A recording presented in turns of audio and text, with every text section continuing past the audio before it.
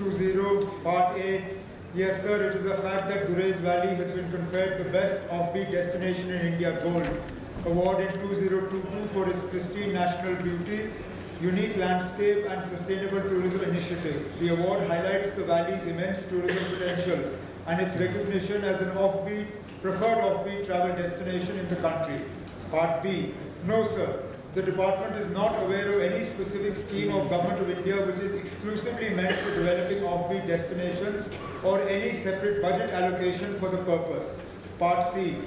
Tourism Department has already identified Gurez as a potential offbeat destination as and when a scheme is launched by Government of India in this regard. Gurez will also be recommended for development as an offbeat destination. Meanwhile, during the current financial year 2025-26, the Directorate of Tourism Kashmir has undertaken a dedicated project under the CAPEX budget for the upgradation and development of Gurez as a tourist destination. The execution of the project is in progress and the necessary formalities are being completed in coordination with the District Administration Bandipora for identification and transfer of land for the project. जहाँ तक honourable member ने सवाल पूछा, सवाल का सही जवाब मेरे तरफ से ऑनरेबल मिनिस्टर साहिबा ने दिया। बात ये नहीं है कि पॉलिसी नहीं है, सवाल ये पूछा गया कि क्या कोई फ्रेश पॉलिसी। हम फ्रेश पॉलिसी ला नहीं रहे हैं क्योंकि फ्रेश पॉलिसी की ज़रूरत नहीं है। जहाँ तक लैंडलेस लोगों को ज़मीन मकान बनाने के लिए देने का इरादा है, उसके लिए हमने पहले ऐलान किया है, कागजी कार्रवाई हो रही है। उसका भी जवाब दिया गया है कि जहाँ अवेलेबल होगा वहाँ पे PMAY पैटर्न पे 5 मरला ज़मीन जो है लीज बेसिस पे रेजिडेंशियल के लिए जहाँ ज़मीन होगी वहाँ हम दे देंगे। ये दो चीज़ें।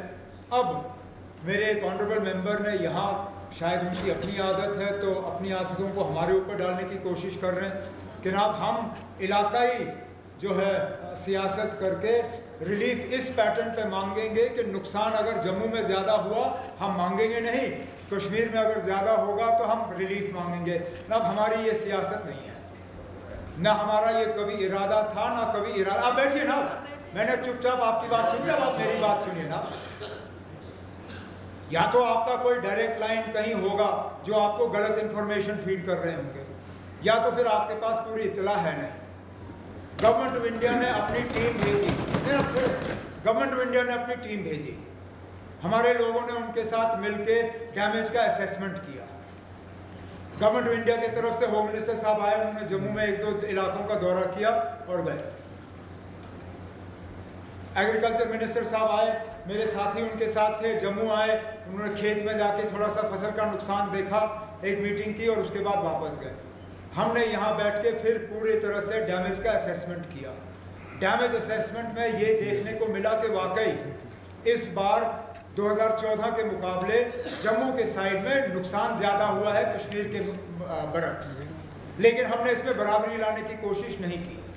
हालांकि एक तरफ से मुझे किसी ने ये कहा कि ना अगर हम ये प्रपोजल भेजेंगे इसका शायद उल्टा ये नतीजा निकलेगा, लोग कहेंगे कश्मीर में नुकसान हुआ नहीं।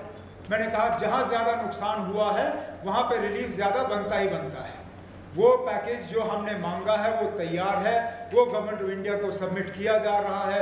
गवर्नमेंट ऑफ इंडिया से उसकी मंजूरी आ जाती है, वो पैसा हम लोगों को बांटना शुरू करेंगे। इसमें कोई सियासत नहीं होगी, इसमें कोई मजहब नहीं देखा जाएगा, कोई इलाका नहीं देखा जाएगा। नुकसान हुआ है तो नुकसान का मुआवजा मिलना चाहिए, बस इतना ही।